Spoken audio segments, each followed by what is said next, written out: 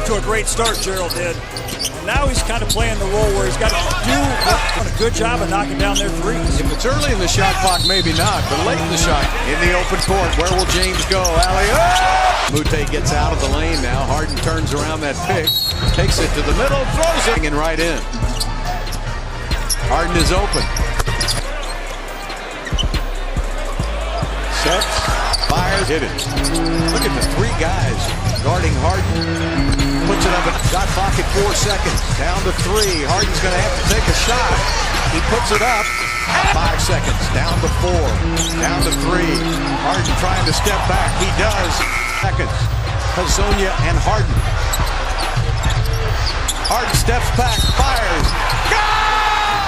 As an NBA broadcaster, but I have never seen anything like tonight.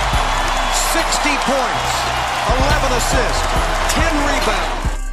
What is on? This is your boy, Sean the Slim God. Appreciate y'all for tuning in to the Courtside Seat Show.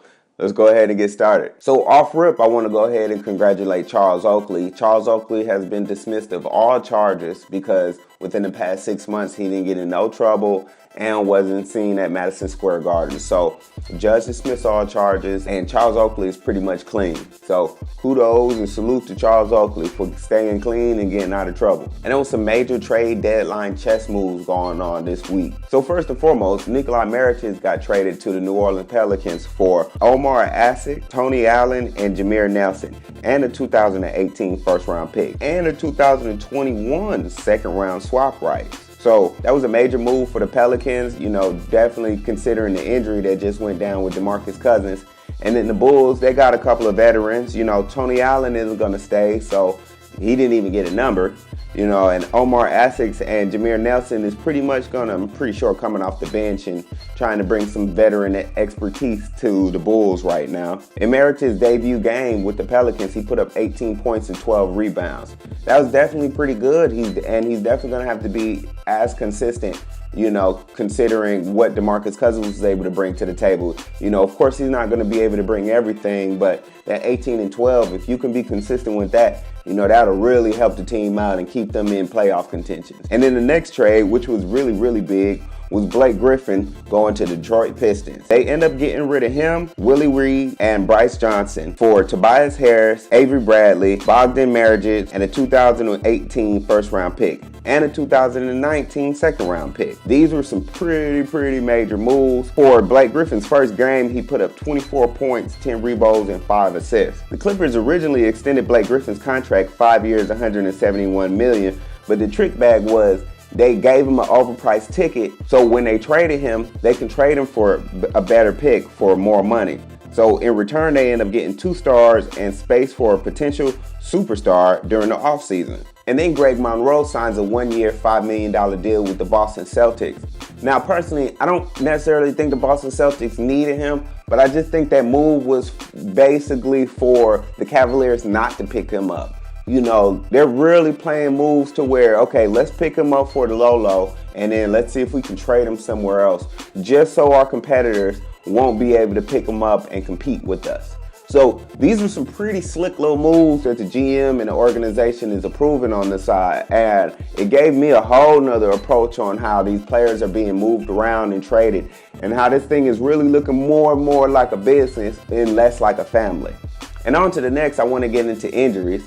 Malcolm Brogdon was going up for a layup earlier this week, and he ended up tearing his left quad tendon. With the moves in the trade deadline coming up, I'm sure that isn't going to be too much of an issue for them to pick somebody else up if they really need to. John Wall is going to be out for 6 to 8 weeks with a sore left knee. He had to go ahead and get surgery and get that tweaked and fixed. But the Wizards aren't looking too bad right now. There's actually a lot of little hearsay going on about the Wizards looking better without Wall, and Wall may be in on the market, which is absurd. You know, he's actually the franchise player. But come to find out, you know, with Blake Griffin, they might pull a Blake Griffin on him.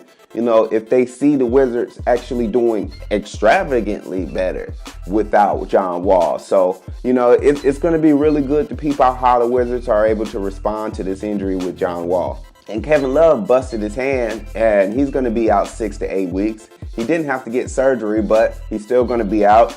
So hopefully, you know, we'll see Kevin Love during the playoffs again. For the All-Star game, Goran Dragic will be Kevin Love's replacement.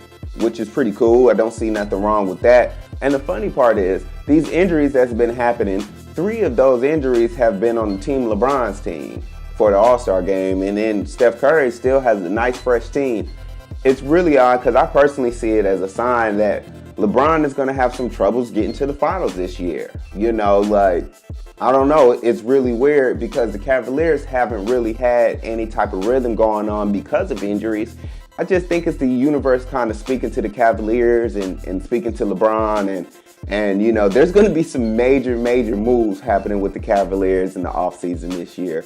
They did say that they didn't plan on firing Tyronn Lue. I definitely feel like, you know, the Cavaliers, man, they got a lot of work to do in the offseason, and who knows what LeBron is going to do. Hopefully he stays, but you know, we thought he was going to stay the first time. And last but not least, I want to give congratulations to all the All-Stars and all the players that's going to be participating in the All-Star weekend. So the Skills Challenge participation this year is going to be really interesting because it's a lot more bigs than it is small. So, you know, kudos to Lou Williams and Donovan Mitchell for making it, and then Jamal Murray, you know. But other than that, it's like straight bigs on there. And then the three-point contest, of course, this one is going to be deadly, but, you know, I mean, I'm going to have to go with Klay Thompson. And then, of course, the dunk contest, which I find very intriguing, but I don't even know if it's even worth watching. But, you know, Dennis Smith Jr. is going to be pretty slick on that. And then Larry Nance Jr., you know, I like Larry Nance and his spiciness when it comes to dunking. And then, of course, Aaron Gordon, but I'm sleeping on him, definitely. But I'm really interested to see what Victor Oladipo is going to do out there in that dunk contest. So kudos, can't wait to see that. That's going to be in another couple weeks. But other than that, I appreciate everybody for tuning in. Make sure y'all subscribe to the channel and follow me on Instagram at CourtsideSeatShow. See y'all next week. Peace.